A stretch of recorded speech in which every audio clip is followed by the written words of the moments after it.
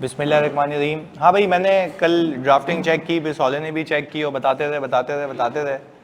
तो नहीं, बहुत सारी चेक हुई हैं भाई ग्रुप पे। तुमने प्राइवेट में भेजी है ग्रुप पे? अभी भेजी है?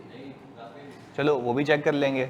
अच्छा, बट खैर ये जो मैंने ड्राफ्टिंग चेक की सही है, उसमें मेजॉरिटी बच्चों का सही था भाई। अगेन कुछ बच्चों ने गलती ये की थी, उसमें ये लिख रहे थे कि भाई मॉडिफाइड ओपिनियन। हम कभी भी नहीं लिखेंगे मॉडिफाइड ओपिनियन, हम बताएंगे कि उस ओपिनियन में भी क्वालिफाइड है, एडवर्स है या डिस्क्लेमर है।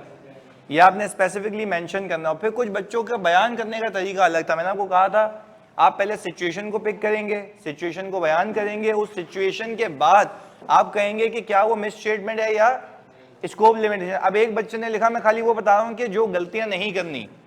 एक बच्चे ने लिखा कि भाई ये जो मिस स्टेटमेंट है ये इमटेरियल है, तो इसके ऊपर मैं अनक्वालिफाइड ओपिनियन दूंगा। भाई आपने कंक्लूजन अलग अलग नहीं देखना है, एक साथ देखना है। तो उसने लिखा था क्योंकि ये ओपिनियन, ये मिस स्टेटमेंट इमटेरियल है, जैसे रिसीवेबल वाली। अगर तुम रिसीवेबल वाली मिस स्टेटमेंट को देखते इंडिविजुअलिटी में तो वो क्या लग रही थी? इमटेरियल। तो उसने बोला कि इमटेरियल है तो मैं इस पे दूंगा अनक्वालिफाइड ओपिनियन, अनमॉडिफाइड ओपिनियन। उसने पहले ये कह दिया। फिर उसने कहा कि भाई जो एनआरवी एडजस्टमेंट नहीं कर रहा वो भी इमटेरियल है, उस पर भी अनमॉडिफाइड ओपिनियन। फिर बोल रहा अगर मैं दोनों को मिला के देखूंगा तो मॉडिफाइड ओपिनियन। मतलब बात समझ रहे हो कहना क्या चाह रहा है? वो कह रहा है कि भाई अलग अलग पहले ओपिनियन बता रहा। भाई अलग अलग ओपिनियन नहीं बताते, ओपिनियन एक साथ ही देते हैं। हाँ, अनलेस के केस ही अलग हो, कंपनी अलग हो, तो इस कंपनी को इस कंपनी से मिला नहीं सकते। यहां तक क्लैरिटी है भाई? बाबू कुछ और नहीं बंद कर दियो बस। चलो ओके सर, दो चीजों में मसला था, रिसीवेबल का प्रोविजन का एंड डब्ल्यूआईपी का प्रोविजन। तो परवेजिव क्यों नहीं हुआ बेटा? परवेजिव इसलिए नहीं हुआ क्योंकि आई थिंक किसी ने लिखा भी था तुम में से, परवेजिव वो इसलिए नहीं था क्योंकि मटीरियलिटी कुछ ही ऊपर था वो, तो वो परवेजिव नहीं था। सही है?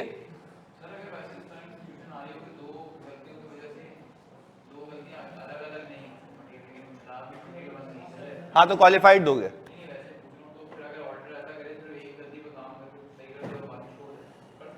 नहीं, नहीं करता ना भाई, वो तो चाहेगा सब सही हो जाए। अब नहीं होता सही ड्यू टू टाइम लिमिटेशन या व्हाटसोएवर चीजों की वजह से, तो फिर हम कहते हैं कि भाई वो इमटेरियल है, जाने दो।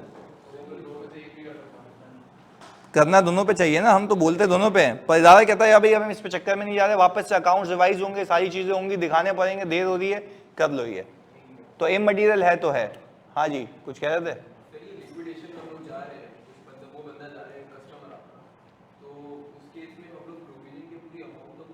नहीं देखो, लिक्विडेशन में अगर कस्टमर जाता है तो अब जाहिर सी बात है, उस सवाल में क्या ये लिखा हुआ था? तुम लोग बताओगे भाई, अगर कस्टमर लिक्विडेशन में जा रहा है तो क्या उसमें ये लिख के दिया था कि लिक्विडेशन के बाद एक्सपेक्टेड अमाउंट इतनी मिलेगी, या सब जा रहा है? अच्छा, तो जब तक आपको पता नहीं है सर्टेनिटी से तो आप पूरा प्रोवाइड करेंगे। व्हाट इफ आपको वो लिख के दे कि लिक्विडेटर कह रहा है कि इतना मिलेगा, तो उस केस में आपने फिर डिफरेंशियल का प्रोविजन करना होता है। यहां तक बात क्लियरिटी है भाई? चलें जी। अच्छा भाई, अब सर उसका सोल्यूशन देखो भाई, उसका सोल्यूशन तो मैंने आपको लगा के भी दिया था, अगर आपको याद हो। ये रहा, subsequent bankruptcy of the customer. नहीं, ये दिया था सोल्यूशन, मैंने पीडीएफ के साथ ही दिया था। सही है उमैर? अच्छा भाई, अब एक एक करके सवाल प्लीज यार, बातें नहीं, एक एक करके सवाल लिखने दो भाई। अच्छा भाई, मोहिब कह रहे हैं सर ये कस्टमाइज वर्क इन प्रोग्रेस क्या होता है? भाई कस्टमाइज वर्क इन प्रोग्रेस होता है कि आपने स्पेसिफिकली गुड्स बनाए थे उस बंदे के लिए, स्पेशल के लिए, और उसके अलावा ये किसी और के काम का नहीं है। तो आपने टेलर मेड गुड्स बनाए थे तो उसको कहते हैं हाँ क्वालिफाइड। बिल्कुल शाजिल, ऐसा ही है सर। बाय डिफॉल्ट यही समझेंगे कि इंटायर अमाउंट इररिकवरेबल है। भाई मुझे एक बात बताओ, एक बंदा लिक्विडेशन में चला गया तो आप क्या समझेंगे कि पूरा अमाउंट अभी रिकवरेबल आप प्रोवाइड करवाते हैं, रिकवरी हो जाए तो रिवर्स हो जाएगा। अनलेस कि आपको एग्जामिनर कहते हैं कि भाई इसमें से इतने मिल जाएंगे तो आप डिफरेंशियल का प्रोविजन करवाएंगे। क्लैरिटी है? चलें जी। अब हमने कहा कि सर ये चीजें करने के बाद हमने थोड़ा सा ब्रेक लिया प्रैक्टिस से, हम आ गए अभी एम्फेसिस ऑफ मैटर के चैप्टर के ऊपर। अच्छा, एम्फेसिस ऑफ मैटर अब जिससे पूछूंगा वो बताएगा, क्योंकि जितना हमारा दिमाग खराब हुआ था ना इसमें, वो आज बताओगे। मैंने कहा था अलग अलग चैप्टर्स हैं। अच्छा, इसका मतलब प्रैक्टिस खत्म हो गई? नहीं, अब जो सवाल आएगा उसमें एम्फेसिस भी होगा, ओपिनियन भी होगा और अदर मैटर भी होगा, तो वो सीक्वेंस कुछ ऐसे चलेगी। खैर व्हाटसोएवर द केसेस, मुझे एक बात बताओ, मैं ईओएम कब देता हूं? हाँ, एक मिनट, सही बताइए सोच के, पहले उर्दू में फिर इंग्लिश में, दोनों बताने हैं। ऑनलाइन करो, तुम लिख सकते हो।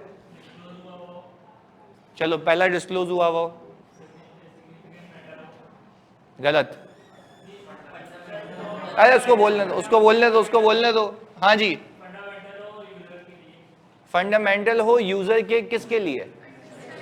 अरे उसको बोलने दो, एक मिनट। अंडरस्टैंडिंग के लिए किस चीज की? एक मिनट, चलो सही सही कह रही है भाई। एक तो वो कह रहा है कि ऑडिटर की जजमेंट में, ऑडिटर की जजमेंट में वो मैटर यूजर की अंडरस्टैंडिंग के लिए फंडामेंटल हो और वो एडिक्वेटली फाइनेंशियल में। आगे बताओ, एक मिनट, वो कुछ और भी है कि जिसकी वजह से।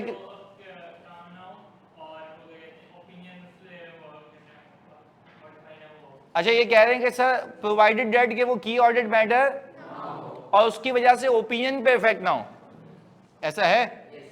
तो ये तो हो गई कैम की डेफिनेशन। वेरी गुड यार। ईओएम की डेफिनेशन, ईओएम की डेफिनेशन। अच्छा, आप मुझे एक बात बताओ प्लीज। अब मैं यहां पर आया, खाली ये देख लें, ये मैंने इंटरनेशनल स्टैंडर्ड्स ऑन ऑडिटिंग की समरी बनाई हुई है, वो तुम्हारे सामने। खाली इस वाले हिस्से को रीड करना है, खुदा के वास्ते। आपका लेफ्ट है, सही, आपका लेफ्ट है इधर। मैंने कहा कि भाई यहां पे कह रहा है this international standards on auditing deals with additional communication in auditors report. क्या रहा है, कौन सी कम्युनिकेशन है? एडिशनल। दैट मीन्स कि ये रिक्वायर्ड नहीं है, एडिशनल है, तो तभी तो आपकी रिपोर्ट क्या हो जाती है? मॉडिफाई। पूरा आएगा अलग से 706 बोला। हाँ, तो हमने पढ़ा इतना अच्छे से है ना कि इतना ही लग रहा है, सही है। खैर आगे हमने कहा कि भाई इधर फोकस के साथ, और बोलता ये है कि when the auditor consider it necessary, अब पहले to draw user attention to a matter that is presented or disclosed in the that are of such importance that they are fundamental to user understanding of the, फिर लिखा हुआ provided that the matter does not relate to the, और दूसरा the matter is not a key audit matter। पहले बताओ यहां तक की बात की क्लैरिटी है? ये इसकी डेफिनेशन थी। अच्छा, फिर यहां पे एक पंच लाइन लिखी हुई है जो आपको एग्जाम में सॉल्यूशन करते वक्त काम आएगी, वो सबसे आखिर वाली। An emphasis of matter paragraph is not a substitute for a modified opinion, disclosure in the FS और material uncertainty relating to going concern para. नहीं, वो material uncertainty related to going concern, मैं तो ऐसे शॉर्ट फॉर्म में याद करता था। खैर आगे सुनिएगा, फोकस के साथ इसमें एक चीज सिखाने वाला हूं, इधर लिखने के लिए काम आएगा। और मैं अगेन रिपीट कर रहा हूं, पास पेपर में जब मैं प्रैक्टिस कराऊं या सीए फाइनल के सवाल कराऊं या मैं आपको आईसीडब्ल्यू के सवाल कराऊं, उसमें अगर आप लोगों ने ऑल टुगेदर ये नहीं लिखा तो मैं उस वक्त पूछूंगा भी तुमसे। ये लिखने का मटीरियल सिखा रहा हूं, एग्जाम्पल देता हूं, फोकस होकर सुनना। आपको एग्जामिनर एक सोल्यूशन देगा, एक कि आपको बोलेगा भाई ये पूरा एक केस है, इस केस के अंदर वो बोलेगा कि भाई क्लाइंट आपसे कह रहा है, बहस कर रहा है कि एक मैं डिस्क्लोजर दे रहा हूं, बात समझिएगा, एक मैं डिस्क्लोजर देना चाह रहा था जो कि देना नहीं चाहिए। भाई फॉर एग्जांपल हमने दो चीजें सीखी है ना, डिस्क्लोजर ना देना भी गलती है और डिस्क्लोजर गलत देना भी गलती है, मिस स्टेटमेंट तो है ना। अब इसको पहला दूसरे वाले से लिंक करो, पहले disclosure in the financial statements. अब एग्जांपल, मैंने क्लाइंट को कहा कि भाई ये डिस्क्लोजर दो, ये कंपनीज एक्ट की रिक्वायरमेंट है। मैंने क्लाइंट को क्या कहा? ये डिस्क्लोजर दो, ये किसकी रिक्वायरमेंट है? जैसे कि रिलेटेड पार्टी से ट्रांजैक्शन का डिस्क्लोजर, रिलेटेड पार्टी से ट्रांजैक्शन का डिस्क्लोजर। अच्छा, मैनेजमेंट कह रही है हम नहीं दे रहे डिस्क्लोजर, आप एम्फेसिस ऑफ मैटर दे दें। आप क्या दे दें? अच्छा, अब इसकी लाइन को वापस से रीड करते हैं, मैं इसको हाईलाइट हटा रहा हूं यहां से। वो बोल ये रहा है कि emphasis of matter paragraph is not a substitute of disclosure. यानी ऐसा नहीं करना कि मैनेजमेंट की बात मान ली, वो बोला चलो यार मैं एक काम ये करता हूं, मैं डिस्क्लोज कर देता हूं, कहां पे? रिपोर्ट में। तो वो कह रहा है रिपोर्ट में किसी डिस्क्लोजर की एब्सेंस ईओएम देने से कवर नहीं हो जाती। तो यानी किसी सवाल में आपको ये लिखा हुआ दिखे, अच्छा ये एग्जैक्ट आयजा के वर्ड्स हैं, ये एग्जैक्ट आयजा के वर्ड्स हैं, ये लिखोगे तो मार्क्स मिलेंगे अच्छे। सिचुएशन ये दे आपको एग्जामिनर, वो बोले डिस्क्लोजर देना चाहिए, और वो आपको ये नहीं भी बोले कि डिस्क्लोजर नहीं देना चाहिए, पर वो बोले कि entity has not given XYZ disclosure, पे तुम्हें पहचानना है कि डिस्क्लोजर बनता था या नहीं बनता, क्योंकि तुम्हें फ्रेमवर्क आना चाहिए। चले व्हाटसोएवर आपने ये पिक कर लिया कि डिस्क्लोजर आना चाहिए था, जो कि इदारा, and CFO is asking you to give EOM, तो आप इस पे अपना कोर्स ऑफ एक्शन बताएं। तो आप ये कहेंगे first of all EOM will only be given when it is disclose in the FS। EOM कब देते हैं? जब वो डिस्क्लोज हो।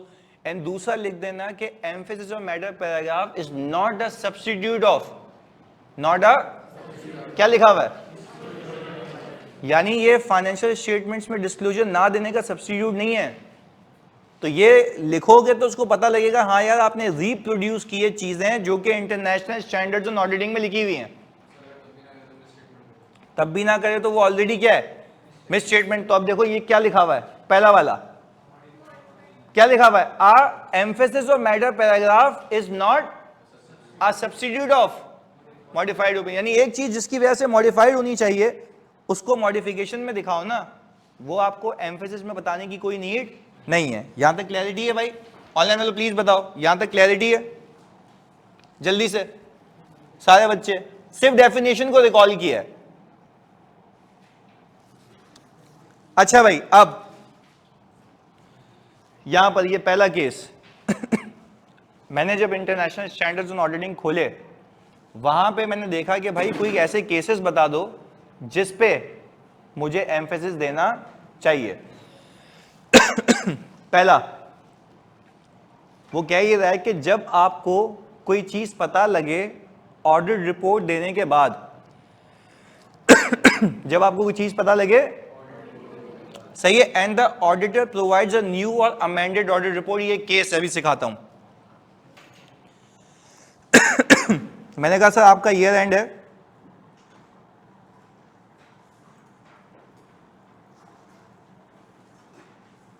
दिसंबर, ये क्या है 31, ये आपका ईयर एंड है। आपने अज्यूम करें कि लेट से 2 मार्च को रिपोर्ट क्या की है, साइन कर दी, यानी आपने रिपोर्ट इशू कर दी। अच्छा, ये जो मामला निकल के आ रहा है ना, प्लीज सुनना, ये बुक में है, बिल्कुल है फातिमा, बिल्कुल बुक में है, ये सब है। ये जो मामला निकल के आ रहा है ना, ये सब्सिक्वेंट इवेंट के चैप्टर से आ रहा है। उसकी जो जो बातें EOM की जहां जहां भी हुई है, मैंने सब एक जगह कर दी हैं कि वहां करेंगे तो वहां भी होगा। पर लेट से आपको एग्जामिनर कहे बताओ कौन कौन से सर्कमस्टेंसेस में EOM देना चाहिए, तो क्या अलग अलग स्टैंडर्ड में जाके ढूंढोगे, एक ही जगह है? ये रहा, ये सिचुएशंस हैं, तो वो सबको एक जगह लाके रख दिया है। वहां पे भी इसकी बात करेंगे जब वो सीखेंगे। पर खैर भी समझ लेते हैं उतना जितना EOM से रिलेट करता है। खैर, ईयर एंड क्या है? 2023। अच्छा, आपने 2 मार्च 2024 को रिपोर्ट साइन कर ली। 2 मार्च 2024 को क्या कर ली? रिपोर्ट साइन कर ली। अब आगे सुनिएगा फोकस के साथ। मैंने कहा कि मुझे यहां पर थोड़ा सा आगे जाके एक चीज पता लगी। अच्छा, आगे जाके एक चीज ये पता लगी कि भाई यहां पे एक एक्सपेंस जो है नहीं रिकॉर्ड हुआ था। यानी एग्जाम्पल, एक पीपी था, वो अवेलेबल फॉर यूज था। एग्जाम्पल दे रहा हूं, बहुत सारी चीजें हो सकती हैं। एक पीपी था अवेलेबल फॉर, तो डेप्रिशिएट होना चाहिए था। इदारे ने क्या किया हुआ था, उसे CWIP में रखा हुआ था। और ये मैं तुम्हें अपनी लेटेस्ट एग्जांपल भी बताता हूं। भाई एक XYZ बैंक है, उसने अपना नया ERP सिस्टम लगाया। कौन सा? ERP सिस्टम, जिसके अंदर पूरी अकाउंटिंग होती है, पूरे फंक्शंस, पूरी लेजर वगैरह सब बनते हैं। अच्छा, एक पुराना सिस्टम है, एक नया सिस्टम है। अच्छा, वो XYZ बैंक है, हाँ XYZ बैंक है, वो नाम नहीं ले सकता उसका। हम गए उसके बैंक पे ऐसे ही, मतलब मेरा भी वहां पर अकाउंट है, मैं गया। अच्छा, मैंने इंटरफेस देखा, जब वो बंदा कर रहा होता है, मैंने पूछना था कि यार ये बताओ कि ये क्या पैसे हैं, बैलेंस आप मालूम करने जाते हैं या चेकबुक लेने जाते हैं या कुछ भी है ATM के लिए, तो आपके सामने पता होता है ना कि डेस्क पे बैठा हुआ है मैनेजर, वो कर रहा था। अच्छा, मैंने देखा इंटरफेस चेंज है। इंटरफेस क्या है? अच्छा मैंने कहा यार ये इंटरफेस अगर चेंज है तो इसका मतलब ये है कि इन्होंने नया सॉफ्टवेयर लगाया है, और मुझे क्लिक हुआ यार मैंने जब ऑडिट किया था इंटेंजिबल्स का तो उसके अंदर तो कोई था ही नहीं। तो अब मुझे यहां से एक बात पे, अच्छा हम रिपोर्ट साइन कर चुके थे, हम रिपोर्ट साइन कर चुके थे। अच्छा क्योंकि सब्सिक्वेंट इवेंट भी मैंने देखे होंगे, आपको याद होगा, क्योंकि आप रिपोर्ट कब तक साइन नहीं कर सकते जब तक आप सब्सिक्वेंट इवेंट्स को कंसिडर। मैंने कहा यार सब्सिक्वेंट इवेंट भी देख के बैठा हुआ हूं, कोई ऐसा नया सॉफ्टवेयर ही नहीं है जिसकी एडजस्टिंग इवेंट हो। अच्छा जब मैंने पूछा बैंक मैनेजर से यार ये आपका नया सॉफ्टवेयर है, बोले तो आप कौन होते हैं पूछने वाले। मैंने कहा आपके ऑडिटर। सही है, तो मैंने कहा आपके फिलहाल तो ऑडिट है। बोला हाँ सर ये तो फिर अच्छा वो ब्रांच मैनेजर डर जाते ना कि नहीं क्या ये कोई छानबीन करने आया है, अब उनके लिए ऑडिटर मतलब FBI का भी हो सकता है, तो ये बात है, उसको डर लग गया। उसने बोला हाँ सर ये तो हम ऑपरेशनल है कोई अगस्त के महीने से। मैंने कहा अगस्त के महीने, पिछले साल का अगस्त। बोला हाँ सर। मैंने कहा हुआ क्या था। बोला सर वो ये पायलट फेज में चल रहा था, हम पैरेलल इसको चला रहे थे। मैंने कहा पैरेलल चला रहे थे। बोला हाँ सर क्योंकि आपको तो पता है ना कि डेटा यहाँ से यहाँ गलती हो सकती है। मैंने कहा हाँ यार सही कह रहे हो, मुझे पता है यहाँ से यहाँ गलती हो सकती है डेटा माइग्रेशन में। तो मैंने कहा दोनों चला रहे हो सर, पक्की बात है। बोला सर पक्की बात है। मैंने कहा 1 मिनट खाली रिकॉर्ड करने दे। मैंने कहा देखो बोलो। अच्छा उसको डर भी लग रहा है कि भाई वो मतलब कोई ऑडिटर है कि पूछ लेगा। मैंने कहा ये बोलो तुम कि भाई ये तुम्हारा कब से चल रहा है, अगस्त से। उसने बोल दिया। मैं गया पार्टनर के पास, मैंने कहा सर देखें ये मसला है, हमें पता लगा है। A fact become known to the auditor after the date of audit report. A fact become known to the auditor after the date of। अब इसके आगे की अंग्रेजी सुनो जो वहां लिखी हुई है चैप्टर में। Had it been known to auditor, क्या बोला मैंने? Had it been known to auditor at the time of signing of report, the auditor would have modified the opinion। ज्यादा इंग्लिश हो गई ना। मैं कह रहा हूं अगर यही बात मुझे रिपोर्ट साइन करते वक्त पता होती तो मैं रिपोर्ट मॉडिफाई कर देता, अगर वो सही ना करता। सही, तो ये एग्जैक्ट अंग्रेजी लिखी हुई है तुम्हारे सब्सिक्वेंट इवेंट्स के आयजा में। वापस से इसको अंग्रेजी में हम कन्वर्ट करते हैं। A fact become known to auditor after the date of audit report. अपनी अंग्रेजी नहीं, जो लिखा हुआ पहले वो। A fact become known to auditor after the date of audit report। Had it been known to auditor at the date of signing of audit report, this would have caused the auditor to modify his opinion। यानी यही बात अगर मुझे उस दिन पता होती तो क्या मैं सही करवाता? अगर सही नहीं होता तो क्या कर देता? ओपिनियन मॉडिफाई कर देता। अब it can be qualified, it can be adverse, it can be qualified. मैं डिस्क्लेमर क्यों नहीं कह रहा? स्कोप लिमिटेशन तो नहीं ना, पता लग गया अब मुझे। पहले बताओ यहां तक बात की क्लैरिटी है? अच्छा अब पहले ये कहानी समझ आ गई तो बताओ आगे चलेंगे फिर। क्लियर है? पक्का? ये फैक्ट्स हैं। नहीं देखो 2 मार्च के बाद कोई इवेंट होता है उसको हम यूजुअली कंसिडर नहीं करते, पर अगर मुझे कुछ पता लग जाए और मुझे वहां पे पता होता तो बोलो ना, अगर मुझे रिपोर्ट साइन के वक्त पता होता, इससे पहले पता होता तो ये नौबत ही नहीं आती। यस देखो 2 मार्च के बाद जो इवेंट हुआ उसके लिए मैं जिम्मेदार नहीं हूं, पर अगर मुझे कुछ पता लग जाता है कोई भी फैक्ट, सही है ना, तो मैं उसको सही कराने के लिए कुछ स्टेप्स लेता हूं, वो सिखा रहा हूं यहां पे। अच्छा वैसे आपकी जिम्मेदारी पता है कहां तक होती है? ऑडिट रिपोर्ट तक। तो एक ये तो बेवकूफी होगी ना कि मैं बोलूं उस दिन पता है फिर भी नहीं सही किया। भाई वो तो हो गया, ये क्या है उसके बाद की कहानी। यानी आपकी जिम्मेदारी होती रिपोर्ट डेट तक ही है, पर वो कहता है आप ये देख लें कहीं फाइनेंशियल स्टेटमेंट अभी इशू तो नहीं हुए ना। लेट से मैंने आपको भी पूरा गेम सिखाया था इस दिन के लिए, आपको याद है नोटिस जाता है एजीएम का, हाँ या नहीं? तो अगर नोटिस जाता है एजीएम का, प्लीज सुनिएगा, अगर नोटिस जाता है एजीएम का तो वो 21 दिन का है। तो भाई अभी तो फाइनेंशियल स्टेटमेंट मैंने साइन करके दिया ना, 21 दिन का नोटिस बाकी है, तो अभी भी बात कंट्रोल में है, अभी भी बात कंट्रोल में। अच्छा जब बात अभी कंट्रोल में है तो मैंने सिंपल कुछ स्टेप्स लेने होंगे। वो स्टेप्स क्या होते हैं? मैं मैनेजमेंट को कहता हूं कि अगर तुम लोगों ने भी नोटिस डिस्पैच नहीं किया तो अकाउंट्स को रोक दो। ये सारी बातें सब्सिक्वेंट इवेंट की हैं जो थोड़ी सी यहां बतानी होंगी। वापस से हम क्या कहते हैं उसको? अकाउंट्स को डिसैमिनेट अभी। अच्छा मैं क्यों मना कर रहा हूं बांटने से? क्योंकि गलत है, क्योंकि गलत है।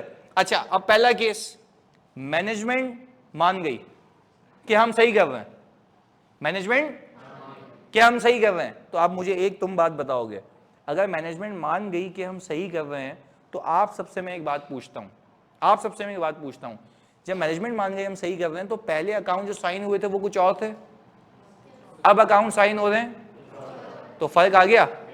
तो डायरेक्टर्स वगैरह जिसको ये मिलेंगे, जिसको भी मिले, मैं कह रहा हूं जिसने भी देखे, जिसको भी मिले, उसको तो ये बताना होगा ना कि हुआ क्या है।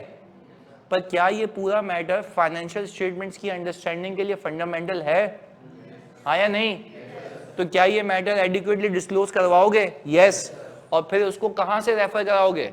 ईओएम से। तो कह ये रहा है कि any matter that become known to auditor after the date of audit report, had it been known to the auditor at that date, the auditor would have modified the opinion.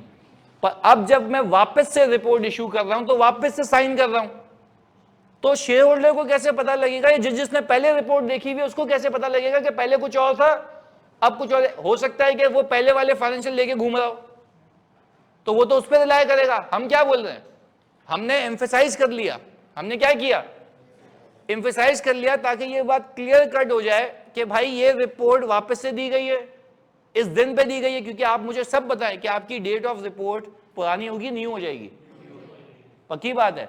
अब जब new report sign करोगे तो आप subsequent event वापस यहां तक देखोगे, इसीलिए कि वापस तो कोई भंड नहीं पता लगे, फिर कोई पता लगे फिर तू बोलेगा मजाक लगाया हुआ भाई, एजीएम ही नहीं हो रही, खेले ही जा रहे हैं, सही हो रहा है गलत हो रहा है, सही हो रहा है गलत हो रहा है। तो भाई आपने फिर वापस से सब्सिक्वेंट इवेंट कहां तक कंसिडर करना है? Revise date of audit report तक। अब वो 3 दिन भी हो सकती है, 4 दिन भी हो सकती है। बात क्लियर है? नहीं तो अभी ईओएम दे रहा हूं तो मॉडिफाई ओपिनियन नहीं करूंगा ना भाईजान, जरा बताओ जल्दी। भाई मैं ईओएम दे इसलिए रहा हूं कि उसने चीजें सही कर ली हैं, अगर वो सही नहीं करता फिर मिस स्टेटमेंट, फिर क्या है?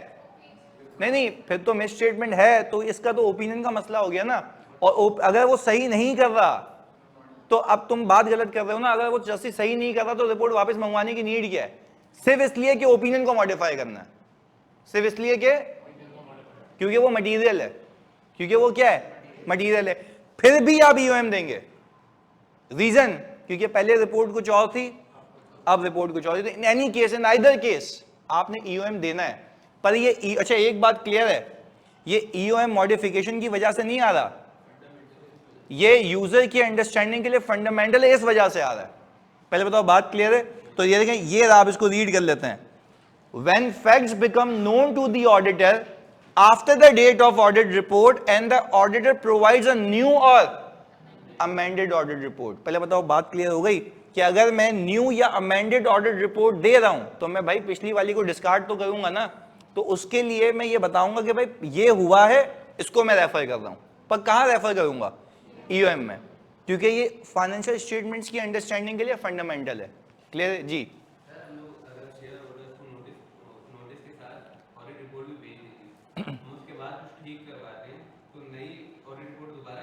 नई ऑडिट रिपोर्ट दोबारा भेजेंगे तो उसी के अंदर तो ईओएम होगा। तो शेयर होल्डर बोलेगा कि भाई अगर नई रिपोर्ट आई है तो उसकी वजह क्या? हम बोलेंगे देख लो एम्फेसाइज तो कराया है, तुम्हारे लिए तो एम्फेसाइज करवाया क्योंकि तुम्हारी अंडरस्टैंडिंग के लिए क्या ही है? Fundamental. That was the requirement because of this only, कि भाई जो जो प्रीवियसली रिसीव कर चुका है इंफॉर्मेशन उसको पता होना चाहिए। पहले तो बात क्लियर है? एजीएम से पहले मतलब मैं कह रहा हूं एजीएम नोटिस भी चला जाए तो सबको मिल तो गया ना, वेबसाइट पर पब्लिश हो जाते हैं तो कितने लोगों ने देख लिए होंगे, तो उन सबको अवेयर करने के लिए एम्फेसिस और मैटर आता है।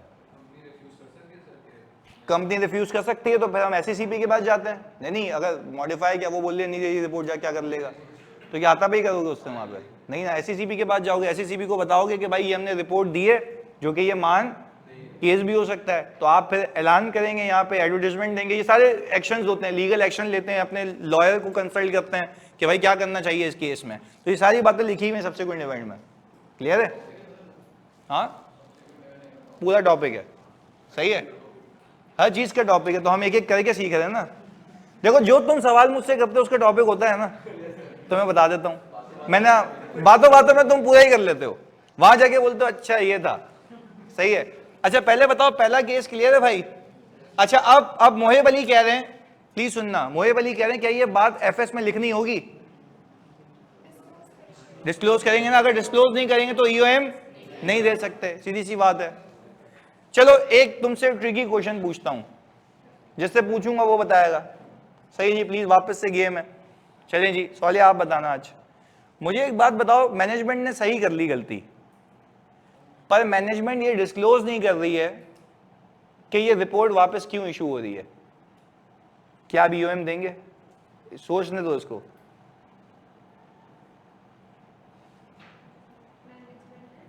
मैनेजमेंट ने गलती सही कर ली, अमोर्टाइजेशन रिकॉर्ड कर ली ईआरपी की। अब मैनेजमेंट जो है, गलत कह रहे हो जैद, मैनेजमेंट जो है अब ये डिस्क्लोज नहीं कर रही कि रिपोर्ट क्यों वापस इशू कर रही है। तो क्या इसमें हम ईओएम देंगे? सोच के। समील कह रहे हैं यस, यस देंगे। अबे चर्सियों को डिस्क्लोज नहीं है, क्या दोगे? कैसे दे सकते हो ईओएम? ईओएम के लिए डिस्क्लोज होना जरूरी है। तो this is still a misstatement. Requirement है डिस्क्लोज करने की, वो फिर नहीं करता, फिर ओपिनियन को उड़ा देना। तो ओपिनियन उड़ाएंगे तो ओपिनियन की वजह से तो ईओएम तो आता ही नहीं है ना, जिससे ओपिनियन का मसला हो। नहीं देखो, इस चीज की रिक्वायरमेंट इसलिए है ना क्योंकि एक बार साइन हो चुका है। बात समझ रहे हो? तो यूजर की अंडरस्टैंडिंग के लिए क्या है फंडामेंटल। तो मिसलीडिंग हो गया ना, डिस्क्लोज करना जरूरी है कि ये हुआ है। IS1 presentation of financial statements ना। अच्छा, तुम किसी भी कंपनी के एफएस खोल के देखना, आखिरी पेज पे तुम्हें डेट ऑफ ऑथराइजेशन दिखती है। तो डेट ऑफ ऑथराइजेशन चेंज हो गई ना, क्योंकि वापस से साइन हो रहे हैं अकाउंट्स। बात समझ आ रही है? तो डायरेक्टर क्या वही पर्चा चिपकाएगा उस पर।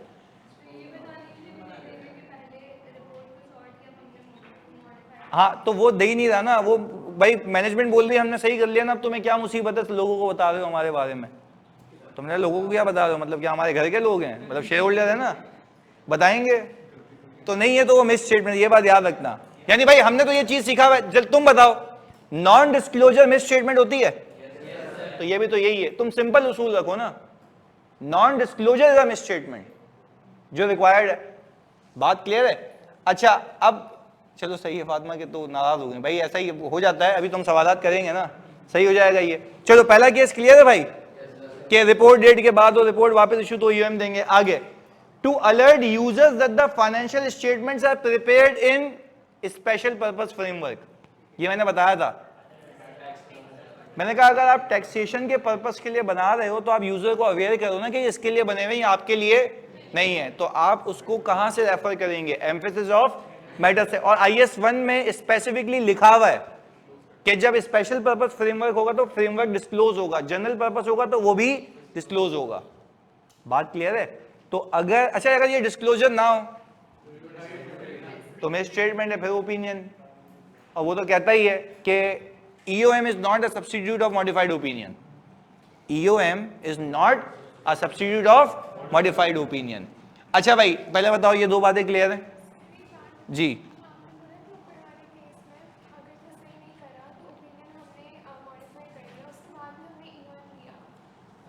हाँ, उसके बाद भी EOM दिया क्योंकि उसने ये तो डिस्क्लोज करवाया होगा ना हमने कि भाई ये वापस रिपोर्ट इशू हो रही है।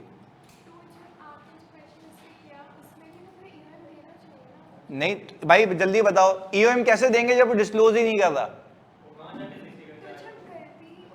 भाई गलती सही कर ली, गलती सही कर ली बेटा। पहले मेरा सवाल सुनो, मैंने क्या बोला? गलती सही कर ली है और मैंने डिस्क्लोजर नहीं दे रहा, तो मैंने जानबूझ के घुमाया कि बच्चे आप बह जाओगे उसमें कि भाई ये भी है। तो इसीलिए तो मॉडिफाई कर दूंगा ओपिनियन, और फिर बेसिस फॉर मॉडिफिकेशन में बता दूंगा।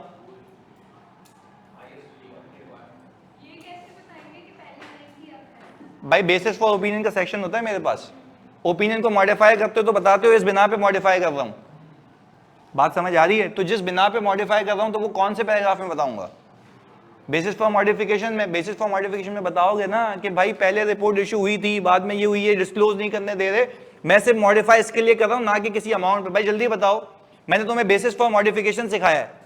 बेसिस फॉर मॉडिफिकेशन में बोलता है इफेक्ट्स ऑफ द मैटर बताओ। जल्दी बताओ वो क्या बोलता है? इफेक्ट्स ऑफ द मैटर बताओ। अब शेयर होल्डर जब देखेगा ना मैंने ओपिनियन को मॉडिफाई क्यों किया है, वो बोलेगा फाइनेंशियल स्टेटमेंट में किसी लाइन आइटम पे इफेक्ट नहीं है, सिर्फ इस बात पे मॉडिफिकेशन है कि मैं एक चीज समझाना चाह रहा था जो कि इसने समझाने नहीं दी है। बात समझ आ रही है? तो इसलिए मैंने अपने ओपिनियन को मॉडिफाई कर दिया है। बात समझ आई? तो यहां पे शेयर होल्डर को पता लग जाएगा कि अमाउंट सही है।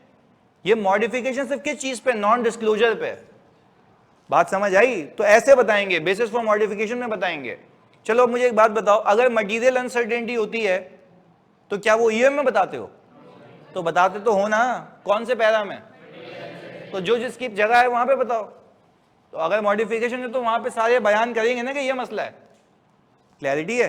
चलें जी, fundamental for user understanding. Sameer Siddiqui का सवाल आया भाई, सर अगर मैनेजमेंट नहीं मान रही है तो ऑडिटर रिवाइज रिपोर्ट देगा और उसमें मिस स्टेटमेंट लिखेगा ओपिनियन में। भाई सवाल वापस से सुन लो इसका यार गरीब का।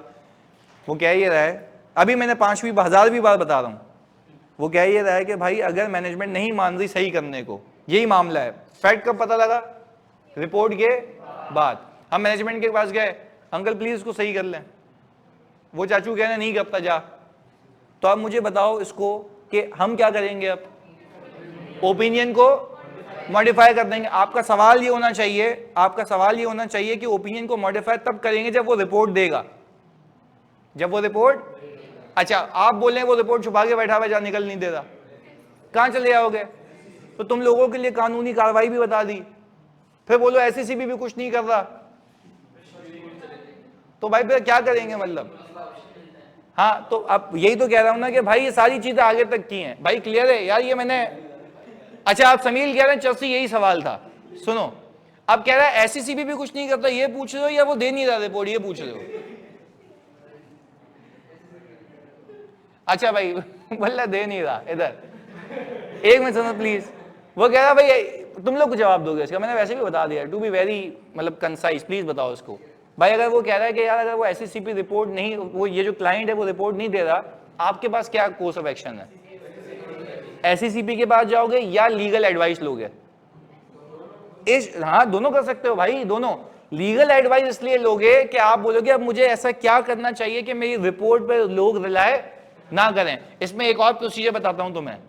एजीएम में जाके चिल्लाओगे भाई ये गलत है। एजीएम में तुम भी तो इनवाइटेड होगे, नहीं होगे?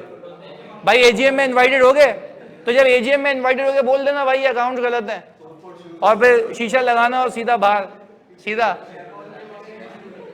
अब तो अब ये बोले कि भाई बाहरी गार्ड ने रोक लिया कि जाने नहीं दे रहा अंदर, सही है, तो बुरखा पहन के चला जाइए वंगी, सही है? चलो भाई पहले तो बात क्लियर है, पक्की बात है, मतलब अब तो वहां तक पहुंचा दिया, अब इसके आगे कुछ नहीं हो सकता, सही है? अब तुम बोलोगे वहां पे हाथापाई हो गई, ऑडिटर एक दूसरे को मार रहे हैं, शेयर होल्डर चले हुए एक दूसरे पे, कंपनी तबाह, सही है? चलो प्लीज इसे फोकस के साथ यार, खुदा के बंदो। भाई 2 क्लियर है? तीसरा, अच्छा प्लीज आइए बहुत फोकस के साथ। हाँ इसका लिंक है, इसका भी लिंक है आइजा 210 से, इसका भी लिंक है आइजा 21। अच्छा आइजा 210 है एंगेजमेंट लेटर। देखो वाकई मुझे तो बताना पड़ेगा ना आपको कि अगर चीज समझनी है, क्योंकि मैंने आपको बोला ना कि मेरी अपनी सीक्वेंस में रखा हुआ है ऑडिट मैंने, तो वो लाजमी है लिंकेज के साथ। वापस से मैंने बोला इस तीसरे पॉइंट का लिंक है आइजा 21 जो कि है एंगेजमेंट लेटर। उस पर भी पूरा आइजा बना हुआ है कि भाई एंगेजमेंट लेटर में क्या क्या आना चाहिए। तो फोकस होकर देखें प्लीज या फोकस के साथ। अब मैंने ये कहा भाई कि जब मैं इस तीसरे पॉइंट की बात कर रहा हूं तो तीसरे पॉइंट के अंदर वो कह रहा है जब फाइनेंशियल रिपोर्टिंग फ्रेमवर्क पाकिस्तान में आईएफआरएस और कंपनीज एक्ट है, आईएफआरएस और अच्छा as adopted by the management, जो पाकिस्तान में बताया गया, ये हो गया जनरल पर्पस फ्रेमवर्क। क्या हो गया?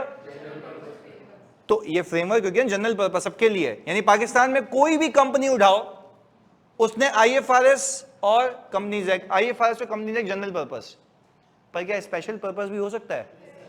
अब इसको रीड करो, when a financial reporting framework, when a financial reporting framework. अच्छा भैया बात समझिएगा, एक फाइनेंशियल रिपोर्टिंग फ्रेमवर्क मैनेजमेंट ने अपना बनाया बेस्ड ऑन लॉ, एक फाइनेंशियल रिपोर्टिंग फ्रेमवर्क मैनेजमेंट ने अपना बना दिया। अब तुम्हें इसकी मैं एक बेहतरीन एग्जांपल देता हूं, प्लीज सुनिएगा। मैं इंश्योरेंस कंपनीज का ऑडिट करता हूं, वहां पे हमने एक रिपोर्ट क्वालिफाई की हुई है, वो भी वो वाली जो कि स्पेशल पर्पस पे बनी हुई है, वो भी वो वाली जो कि, अब बात समझिएगा, इसको थोड़ा ग्रैब करने की कोशिश करते हैं। मैं जब ऑडिट करने लगा तो ऑडिट करने से पहले क्या साइन करूंगा, एंगेजमेंट लेटर। तो एंगेजमेंट लेटर कराऊंगा तो यहां से रेफरेंस दूंगा, यहां पे वहां का रेफरेंस दे रहा हूं। अच्छा, जब मैं ऑडिट करने लगा तो मुझे पता लगा कि यार एक फ्रेमवर्क बना हुआ है जिसमें रेगुलेटर या लॉ मुझे कह रहा है कि आपने ये बताना है, मुझे नहीं कह रहा, कंपनी को कह रहा है। बताना क्या, जरा बात समझिएगा। इंश्योरेंस कंपनी को यह बताना है कि टोटल एक्सपेक्टेड क्लेम्स, अगर इंश्योरेंस कंपनी तो उसके बाद क्लेम ही आएगा ना, वो कह रहा है टोटल एक्सपेक्टेड क्लेम कितने आ सकते हैं किसी भी एक क्लास में, यानी मोटर में, फायर में, इंजीनियरिंग में, ये सारी किस्में होती हैं इंश्योरेंस की। कैश इन ट्रांजिट, यानी कैश जो ट्रांजिट में उसके ऊपर। तो भाई क्या ऑडिटर नजूमी इस पर एश्योरेंस देगा? इस बात को समझो भाई, मुझे तो सबूत ही नहीं मिल पाएगा, मैं क्या नजूमी हूं मैं बोलूंगा ये सही लिखा हुआ है? कहने का मकसद ये है, एक चीज लायबिलिटी रिकॉर्ड हुई हुई है, मैं बोलूंगा हाँ भाई चेक करूंगा किस बेसिस पे रिकॉर्ड हुई, सबूत लूंगा। अब एसईसीपी ने एक ऐसा फ्रेमवर्क बना के दिया, कंपनी को बोला, इंश्योरेंस कंपनी को, कि भाई तुम इस फॉर्मेट पर मुझे बता के दो मोटर में तुम्हारी कितनी एक्सपेक्टेड लायबिलिटी आ सकती है, मोटर के अंदर मैक्सिमम एक्सपोजर कितना होगा। अच्छा, मैक्सिमम एक्सपोजर के साथ भी क्या, जलजला आ जाए तो क्या होगा, सैलाब आ जाए तो क्या होगा? तो भाई मैं क्या नजूमी हूं? अच्छा, ये फ्रेमवर्क बना दिया, ये क्या बना दिया, फ्रेमवर्क बना दिया। बहुत फोकस होकर सुनना। देखो यार, एक तो ये बात समझ आती है ना, ये हिस्टोरिक ट्रेंड को देखूं कि कितने आते रहे, ये तो समझ आता है कि मोटर में एक साल में कितने क्लेम आते हैं, और बारिश हुई तो क्या होगा, ये तो समझ आता है। बोला सैलाब आया तो क्या होगा, अर्थक्वेक आया तो क्या होगा, सब कोविड-19 आ गया तो लाइफ इंश्योरेंस पे क्या इंपैक्ट आएगा? भाई मैं क्या बता सकता हूं अभी? तुम मुझे बताओ, बीइंग एन ऑडिटर तुम साइन कर सकते हो? सबूत कैसे मिलेगा? तो एक्सपेक्टेशन भी कैसे बनेगी? तो यही ना, तुम भी कह रहे हो ना कि कुछ हो ही नहीं सकता, तो क्या ये inability to obtain sufficient appropriate audit evidence है? अच्छा, पर ये इनएबिलिटी तुम मुझे बताओगे क्या मैनेजमेंट इंपोज कर रही है या फ्रेमवर्क? वेरी गुड, अब तुम लाइन पे आ गए, कौन इंपोज कर रहा है? फिर अब इसको रीड करते हैं, अब इसको रीड करते हैं। व्हेन अ फाइनेंस, मेरे पास क्योंकि मेरी जिंदगी में इसकी एक ही एग्जांपल है, ये वाली जो तुम्हें बता रहा हूं, जो मैंने किया भी है, इसके अलावा मिली ही नहीं है, मिलेगी तो वो भी शेयर करूंगा। इधर देखो, when a financial reporting framework prescribed by law regulation would be unacceptable, यानी मुझे आज ही पता है, ऑडिट एक्सेप्ट करने से पहले पता है कि जब मैं इसको ऑडिट करने जाऊंगा कर ही नहीं पाऊंगा, क्योंकि मेरे लिए वो एक्सेप्टेबल मिसलीडिंग है। अगर वो उसमें लिखी हुई है कोई चीज के अर्थक्वेक में इतना लॉस होगा, भाई तुम कैसे पता लगा सकते हो ये बिल्डिंग गिरेगी नहीं गिरेगी, मुझे क्या पता? और मुझे भाई फॉर एग्जांपल, चलो मैं ये करूं काम, मैंने कोशिश भी की, मेरे पार्टनर ने बोला कि दिमाग खराब हो गया तेरा, सीधी बात है, वो भी बोला कि चरस लगा, ये क्या कर रहा है? मैंने बोला सर एक काम करते, सारी बिल्डिंग्स देखते हैं कितनी इंश्योर हुई है। पार्टनर ने कहा अच्छा देख, हमने भी देखा, अच्छा भाई बिल्डिंग के साथ डैम भी इंश्योर हुए हैं, बादशाह डैम वगैरह है ना, वो भी इंश्योरेंस इनके पास है। बोला आप जाओ वहां पे और फिर देख एक एक दीवार कितने की है। भाई नहीं हो सकता ना, और उसने मतलब दीवार भी देख ले कितने की है, फिर ये भी देख के अगर उसमें से कोई टूटा तो कौन सी दीवार पे क्रैक आएगा तो तू पैसे देगा। मतलब नहीं पता लग सकता ना, क्योंकि क्या ये लिमिटेशन है हाँ या नहीं। ये वाकई तो मैं सिर्फ वाकया बता रहा हूं कि भाई सीख ही मिलती है ना, तो हम भी वहां से सीखते हैं। वो बोला भाई ये स्कोप लिमिटेशन है, और फिर उन्होंने मुझे रेफरेंस दिया, पार्टनर ने, उन्होंने बोला कि ये लिमिटेशन स्कोप बाय फ्रेमवर्क है, क्योंकि लॉ रेगुलेशन एक ऐसा फ्रेमवर्क दे रहा है जो कि एक्सेप्टेबल है या अनएक्सेप्टेबल है। अब बात समझें, अब मैं आयजा 210 से लिंक करता हूं उसको। आयजा 210 एंगेजमेंट लेटर तुम्हें कहता है ऑडिट शुरू करने से पहले देखो फ्रेमवर्क एक्सेप्टेबल है या नहीं है, वरना ऑडिट ही नहीं लेना। बात तो यहां से शुरू होती है, वरना देखो लॉजिकल बात है ना, वो कह रहा है पहले फ्रेमवर्क देख लो, अगर फ्रेमवर्क एक्सेप्टेबल नहीं है तो ऑडिट एक्सेप्ट। अच्छा, पर क्योंकि तुम्हें लॉ रेगुलेशन कह रहा है कि ऑडिट करना है, अब तुम्हारी मजबूरी है, अब तुम्हारी, तो फिर एंगेजमेंट लेटर में ये लिख देना कि मैं कोई ऐसे अल्फाज यूज नहीं करूंगा जो ये कहे ट्रू एंड फेयर व्यू। क्या लिखूंगा?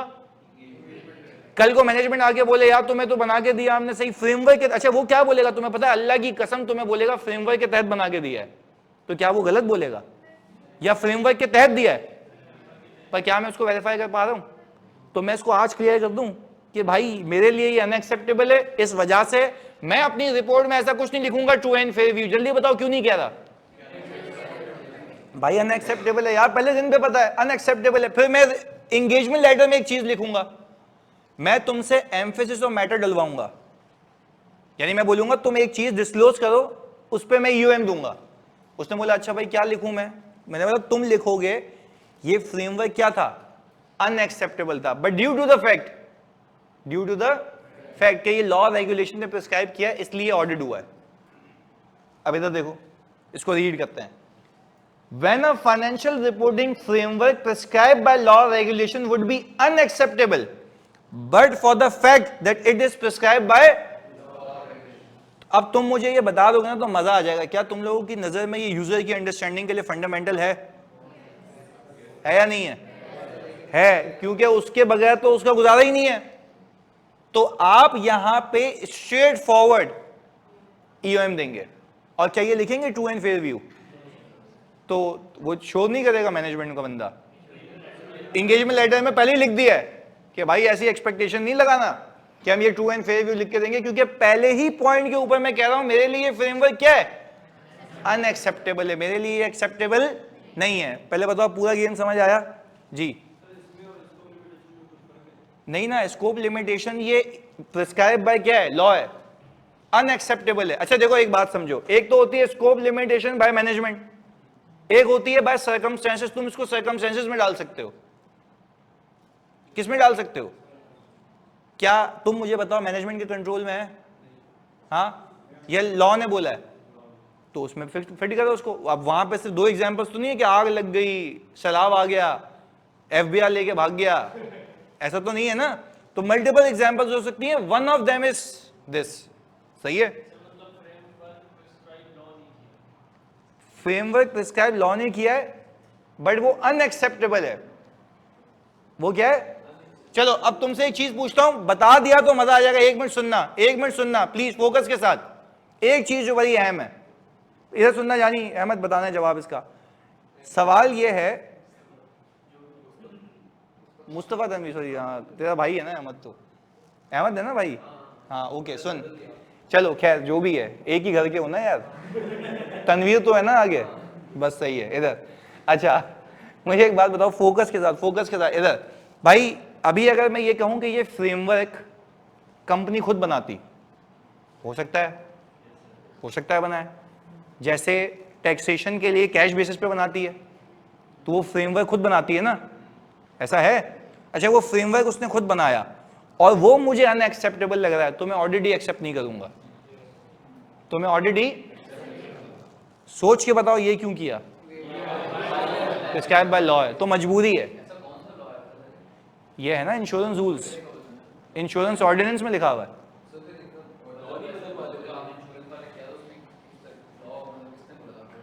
इंश्योरेंस रूल्स ने बोला ना चसी, इंश्योरेंस रूल्स में लिखा हुआ है कि ये फॉर्मेट है, इस पे बना के देना है। इंश्योरेंस का ऑडिट नहीं, इंश्योरेंस में एक तो इंश्योरेंस कंपनी का ऑडिट है, उसको हटा दो। ये एक रेगुलेटरी रिटर्न है जो एससीसीपी को जमा होते हैं, उसका भी ऑडिट दरकार है। तो एससीसीपी कहता है मुझे ये भी बना के दो। अब एससीसीपी ने वो डाल तो दिया है पर वो निकाल नहीं रहा उसमें से, वो कह रहा मुझे चाहिए। तो भाई बोले तो कुछ चाहिए तो कैसे चाहिए? तो हम बोलते हैं बाकी तो हम देख लेंगे, ये मेरे लिए एक्सेप्टेबल नहीं है, तो हम बोलते हैं एक्सेप्ट फॉर दिस स्टेटमेंट, बाकी ट्रू एंड फेयर व्यू है। भाई लॉजिकल सी बात है, आप मुझे खुद बता दो इसके अलावा तो सही है ना, तो मैं बोलता हूं एक्सेप्ट फॉर दिस, बाकी सब सही है। फिर ईओएम में बताता हूं कि ड्यू टू द फैक्ट कि ये लॉ ने बोला था तो इसलिए हमने ऑडिट किया है। अच्छा अगर तुम मुझे बताओ मैं सभी, मेरे लिए कुछ भी एक्सेप्टेबल नहीं हो, तो क्या मैं ट्रू एंड फेयर व्यू जैसा अल्फाज यूज करूंगा या नहीं करूंगा? तो आप एडवर्स देंगे, क्या करेंगे? अच्छा एडवर्स देंगे डिस्क्लेमर? सोच लो एक बार, इस केस में स्कोप लिमिटेशन है या मिस स्टेटमेंट है? स्कोप लिमिटेशन है, डिस्क्लेमर देंगे। यानी आप बोलेंगे we were engaged to audit, and यहां से शुरू करेंगे इन आवर ओपिनियन या because of the significance of the matter, तो आपने वहां बता दिया। और अच्छा एक चीज तुम्हारा सवाल ही होना चाहिए सर, एक वजह से ओपिनियन मॉडिफाई होता है वो तो ईओएम नहीं हो सकता, तब तो भाई ने खुद बता दिया इधर। अच्छा भाई एक सवाल ये है कि जिस वजह से ओपिनियन मॉडिफाई होता है उस वजह से ईओएम में इस पे नहीं दे रहा, प्लीज बात समझिएगा। ईओएम में इस पे दे रहा हूं कि भाई ये फ्रेमवर्क अनएक्सेप्टेबल था, सबूत नहीं मिला, ये कहां बता रहा हूं? ओपिनियन में। फ्रेमवर्क की अनएक्सेप्टेबिलिटी बता रहा हूं ईओएम में, जो कि यूजर की अंडरस्टैंडिंग के लिए क्या है, वहां पे तो ऊपर बता रहा हूं सबूत नहीं मिला, पहले तो बात समझ आ रही है? तो यहां पे सिंपल रखें इसको, सीधा सीधा। अगर तुम ऑडिट करने गए और तुम्हें ऑडिट करने से पहले ही पता लग जाए कि फ्रेमवर्क काम का नहीं है, पर ड्यू टू द फैक्ट के लॉ ने कहा है, तो क्या तुम्हें ऑडिट करना मजबूरी है? अच्छा, ऑडिट तो कर लोगे, पर एंगेजमेंट लेटर में दो चीजें एग्री करोगे। पहली, नहीं ट्रू एंड फेयर व्यू नहीं बोलूंगा और ईओएम दूंगा, पर ईओएम के लिए तुम डिस्क्लोजर दोगे कि ये फ्रेमवर्क प्रिस्क्राइब बाय लॉ है बट एक्सेप्टेबल नहीं है। पहले बताओ यहां तक कहानी समझ आती है? पहले दिन पे सारी चीजें क्लियर हो जाएंगी। तुम कुछ पूछ रहे थे जानी? हो गया? स्पेशल पर्पस भी होगा ना, तो उसमें भी तो ईओएम देते ही हो ना। नहीं, अब देखो इंश्योरेंस कंपनी भी तो जनरल पर्पस ही है ना। आईएफआरएस अप्लाई होगा, insurance ordinance, insurance rules, insurance तकाफुल रेगुलेशन, ये चार चीज अप्लाई होती हैं। कंपनीज एक्ट भी होता है कुछ हद तक, सारी चीजें।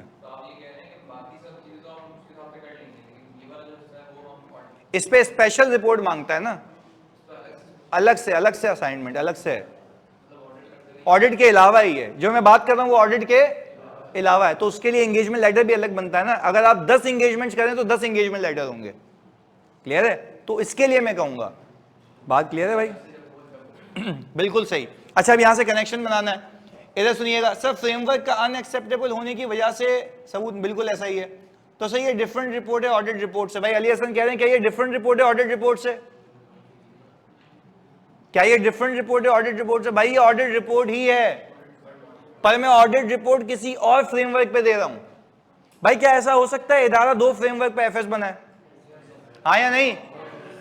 एक प्रिस्क्राइब बाय एससीसीपी और एक जनरल पर्पस फ्रेमवर्क। क्या ऐसा हो सकता है जनरल पर्पस सही हो और स्पेशल पर्पस गलत हो, और स्पेशल पर्पस इस वजह से गलत हो कि एक्सेप्टेबल नहीं है? हो सकता है। तो ये वो कहानी है। तो आप दोनों को मिक्स नहीं करें।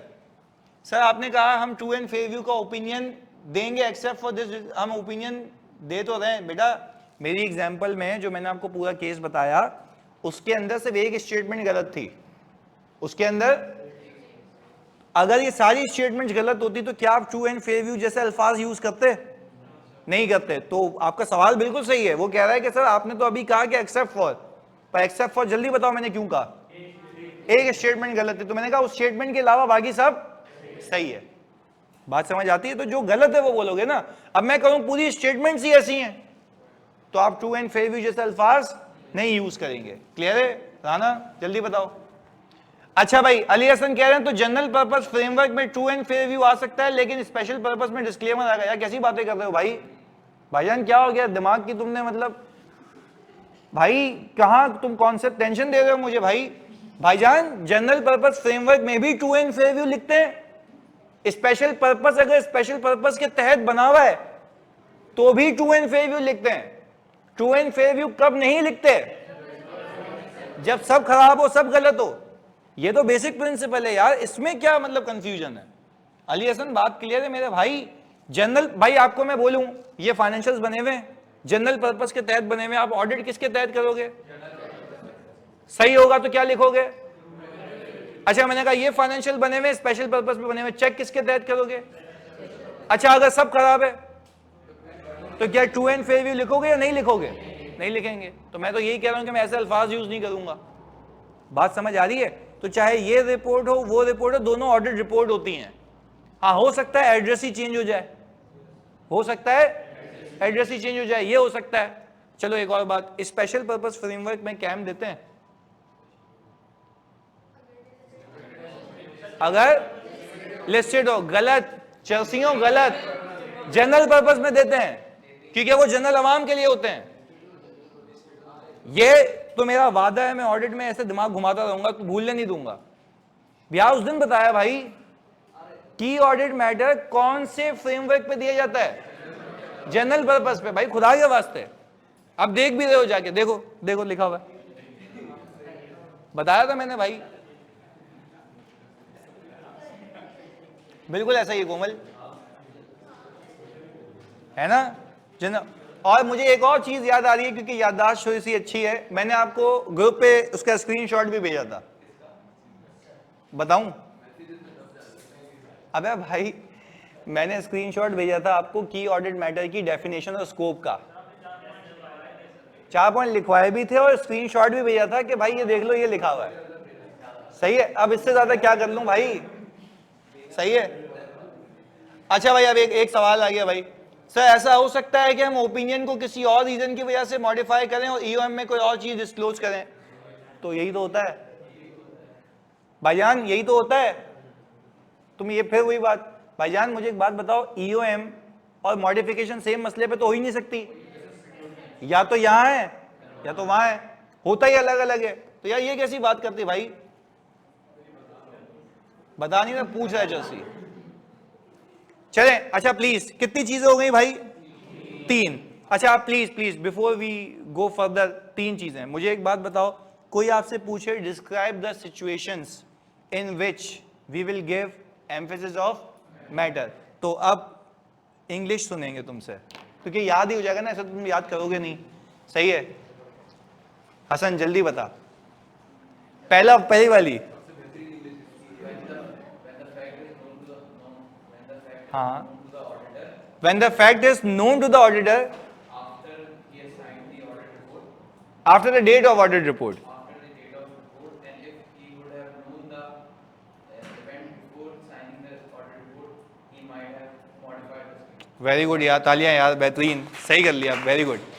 जलते हैं देखते हुए, तालियां नहीं बजा रहे सही तरीके से, भंगी हैं। अच्छा तो क्या इसके ऊपर ईओएम देंगे? अगर उसने सही कर दिया, सही कर दिया और डिस्क्लोज कर दिया तो ईओएम देंगे। अच्छा ईओएम देने की वजह है कि पहले रिपोर्ट कुछ और थी, तो यूजर की अंडरस्टैंडिंग ऑफ एफएस के लिए फंडामेंटल है। पहला हो गया, दूसरा जानी जल्दी बता, दूसरा क्या था? दूसरा जल्दी, अगर financial statement special purpose framework पे बने हुए हैं, ऐसा ही है। तीसरा, अगर आपका फ्रेमवर्क एक्सेप्टेबल, पर क्योंकि लॉ की मस्ती है कि करना है, तो फिर एंगेजमेंट लेटर में एग्री हुआ होगा मैं ट्रू एंड फेयर व्यू, और आप एडिशनल डिस्क्लोजर डालेंगे जिसमें मैं ईओएम दूंगा, जिसमें ये बताऊंगा कि ये फ्रेमवर्क क्या है, अनएक्सेप्टेबल है। बात क्लियर है? कितनी चीजें हो गई?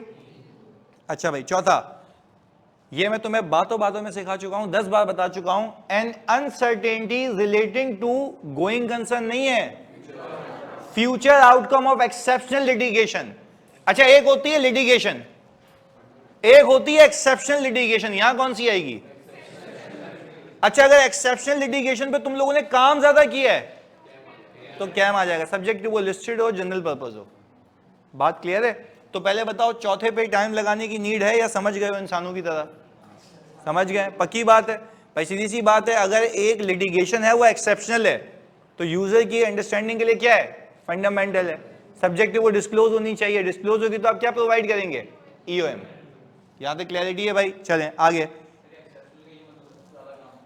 एक्सेप्शनल का ज्यादा काम नहीं, एक्सेप्शनल मतलब रिस्की, सिग्निफिकेंट। सही है।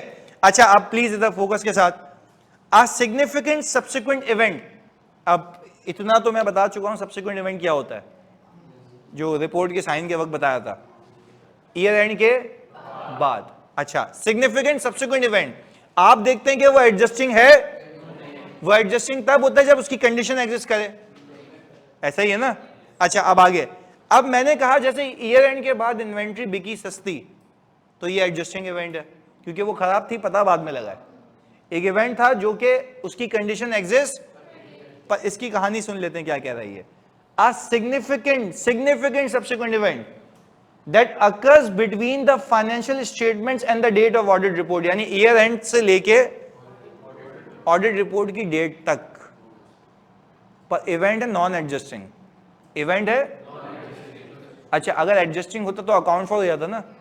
अच्छा ये आईएएस से निकली हुई चीज है, आईएएस चैन आपको ये कहता है कि अगर आपका सिग्निफिकेंट इवेंट हो ईयर एंड के बाद रिपोर्ट से पहले, ईयर एंड के बाद और रिपोर्ट से पहले, और अगर वो नॉन एडजस्टिंग इवेंट है बट सिग्निफिकेंट है, तो आप इसको डिस्क्लोज करेंगे। आप इसको क्या करेंगे? इसकी एग्जांपल्स भी देता है, इसकी एग्जांपल्स भी देता है, स्टैंडर्ड खुद देता है कि ईयर एंड के बाद आपकी एक फैक्ट्री में आग लग गई, तो इससे गोइंग कंसर्न के इश्यूज नहीं आए बट एक सिग्निफिकेंट लॉस हो गया, तो क्या ये जो फैक्ट्री बिल्डिंग थी ईयर एंड पे इंपेयर्ड थी? तो ईयर एंड पे सही है, मसला कब हुआ? क्या ये डिस्क्लोज होगा? Do you think that this is fundamental for user understanding? Yes, आप इसको डिस्क्लोज कराएंगे और क्या करा देंगे? रेफर करा देंगे कहाँ पे? EOM में। यहाँ तक बात क्लियर है? चलें, एक कस्टमर है, ईयर एंड पे अच्छा खासा था, ईयर एंड के बाद ज़लज़ला आया, सब तबाह हो गया। क्या ये एडजस्टिंग इवेंट है? क्यों? क्योंकि सर ईयर एंड पे कंडीशन एग्जिस्ट, वहां पे सही था, बिल्कुल सही था, ज़लज़ले की वजह से मरा है। अच्छा, अब मतलब मर गया, मतलब उसके आबाओ अजदाद से तुम पैसे मांगोगे ना अब, पर ये इवेंट कब हुआ? ईयर एंड के बाद। तो ये नॉन एडजस्टिंग इवेंट है, वन ऑफ की वजह से हुआ है। सवाल ये है, नॉन एडजस्टिंग है, अब अपने आप से सवाल पूछोगे क्या वो कस्टमर मेजर था? अगर वो मेजर है तो सिग्निफिकेंट इवेंट हो गया। क्या ये डिस्क्लोज होगा? EOM देंगे, ये रहा। बात क्लियर है? आगे आपके IFRS चेंज होते रहते हैं, ये बताया था मैंने आपके IFRS। मुझे एक बात बताओ, जब भी आप पॉलिसी चेंज करोगे तो क्या रेट्रोस्पेक्टिव होता है? ऐसा है? आपने अर्ली अडॉप्ट कर लिया आपने, तो चेंज इन अकाउंटिंग पॉलिसी आपके FS में डिस्क्लोज होता है, IAS 8 का नोट आता है, तो क्या वो यूजर की अंडरस्टैंडिंग के लिए फंडामेंटल है? तो आप कहां पे रेफर करेंगे? वेरी गुड, EOM में। 7th आखिरी, एक ऐसा वाकया हुआ ईयर एंड से पहले जो कि आपने FS में डिस्क्लोज किया हुआ है, जैसे कि आपके जलजले की वजह से पहले जलजला आया था ईयर एंड के बाद, अब आ रहा है ईयर एंड से, आपका सिग्निफिकेंट लॉस हो गया आपका। जैसे स्माइल इंडस्ट्रीज का एक केस बताता हूं। स्माइल इंडस्ट्रीज के अंदर जहां, अगर मैं पंजाब साइड पे, अपर पंजाब साइड पे देखूं तो वहां पे फ्लडिंग हुई थी कुछ टाइम पहले, तो फ्लड की वजह से उनकी बल्क में इन्वेंट्री मौजूद होती है, बल्क में, मतलब यू कैन कॉल 500-600 मिलियन की, तबाह हो गई, खराब हो गई। अच्छा, अल्लाह की कसम, उन्होंने वो जो तबाह हो गई तो उसका NRV लॉस भी बुक कर लिया, बुक हो गया ना। IAS 2 कहता है कि भाई अगर आपके NRV लॉसेस सिग्निफिकेंट हैं तो IAS 1 के साथ वो कहता है आप डिस्क्लोज करें। तो एक मेजर इवेंट हुआ है ईयर एंड से पहले, तो वो ये नहीं कह सकते कि एडजस्टिंग इवेंट है, वो इवेंट ईयर एंड से पहले का है। पर अगर एक सिग्निफिकेंट इवेंट हुआ है जो FS में डिस्क्लोज है, क्या आपको लगता है कि यूजर को पता होना चाहिए? तो आप हाईलाइट करेंगे कौन से पैरा से? EOM से, तो वो ये पैरा होगा। पर यानी हम दो कंक्लूजन रखते हैं, ईयर एंड के बाद कोई इवेंट हो नॉन एडजस्टिंग हो, सिग्निफिकेंट और डिस्क्लोज होगा, EOM दे देना। ईयर एंड से पहले कोई इवेंट हो, सिग्निफिकेंट और डिस्क्लोज हो, क्या दे देना? सब्जेक्ट टू के this is fundamental for user understanding of financial statements. अब इसको रीड कर लेते हैं। A major catastrophe that has had or continues to have a significant effect on the entity's financial position. तो इन्वेंट्री सिग्निफिकेंटली गिरी होगी ना, तो क्या ये वन ऑफ इवेंट हुआ है? यस, पर one of event year and के बाद हुआ है पहले। तो इवन तो ये अकाउंट फॉर हो चुका है, इसके लिए एक डिस्क्लोजर लाजमी गया होगा, और वो डिस्क्लोजर आप कहां से रेफर कराएंगे? EOM से। बात क्लियर है? अच्छा, अब 7 केसेस हैं जिसके अंदर आप क्या देंगे? अच्छा, वो सारे केसेस मैंने यहां पे लाके प्लेट में रख दिए, अब एक एक करके मेरी बात सुननी है आपने। बात क्या है? हम कहें EOM कब आएगा? जब आप बोलेंगे पहला, रिपोर्ट साइन होने के बाद कुछ पता लगे, उस वक्त पता होता तो मैं रिपोर्ट को, तो जब रिपोर्ट चेंज करूंगा तो EOM दे दूंगा कि भाई ये हुआ था, इस वजह से चेंज हुई है। पहला क्लियर है? स्पेशल पर्पस बनाओगे तो दोगे EOM, और अगर अनएक्सेप्टेबल फ्रेमवर्क था, मस्ती में किया, तो भी EOM दोगे। कितनी चीजें हो गई? 3 चीजें हो गई। चौथा, अगर मैं कहूं एक्सेप्शनल लिटिगेशन है, तो क्या EOM आएगा? अच्छा, ईयर एंड के बाद एक सब्सिक्वेंट इवेंट हुआ जो कि अनएडजस्टिंग इवेंट है, नॉन एडजस्टिंग इवेंट है और सिग्निफिकेंट है, तो क्या EOM आएगा? पक्की बात है। अच्छा, अगर आपके अकाउंट्स स्पेशल पर्पस फ्रेमवर्क पे बने गए तो EOM आएगा? बताना जरूरी है। अच्छा, अगर मैं आपको ये कहूं आखिरी केस जो हमारा ये आ रहा है, मेजर कैटास्ट्रोफ का, जो ईयर एंड से पहले हुआ है, तो क्या तब भी आप EOM देंगे? Yes sir. तो ये 7 केसेस हैं। अच्छा, अब आपके लिए आसानी पता है क्या है? अब जब आप सवालात कर रहे होंगे ना तो you need to look at these 7 cases, कहीं छुपे हुए होंगे बातों में, और अगर बातों में छुपे हुए हुए तो हमें क्या देना है, EOM। इनके अलावा हो सकता है, पर जो एग्जामिनर की अप्रोच है ना वो यहां तक रखता है, तो हमने उसको यहां टिका दिया, पर हो सकता है क्या वो मल्टीपल केसेस प्रैक्टिकल लाइफ के रखे, तो आपने वो रखना है। क्लियर है? तो बेसिक क्राइटेरिया है ना, EOM कब देते हैं, जब वो डिस्क्लोज हो एडिक्वेटली यूजर के लिए, फंडामेंटल, उसकी वजह से कैम ना हो, मॉडिफिकेशन ना हो। बात क्लियर है जी? पक्की बात है। अच्छा, एक आखिरी चीज पे हम बंद करते हैं उसको। गोइंग कंसर्न इशू हो और नॉन गोइंग कंसर्न पे FS बने, हाँ भाई तुम बताओगे। गोइंग कंसर्न इशू है और नॉन गोइंग कंसर्न पे FS बन गए,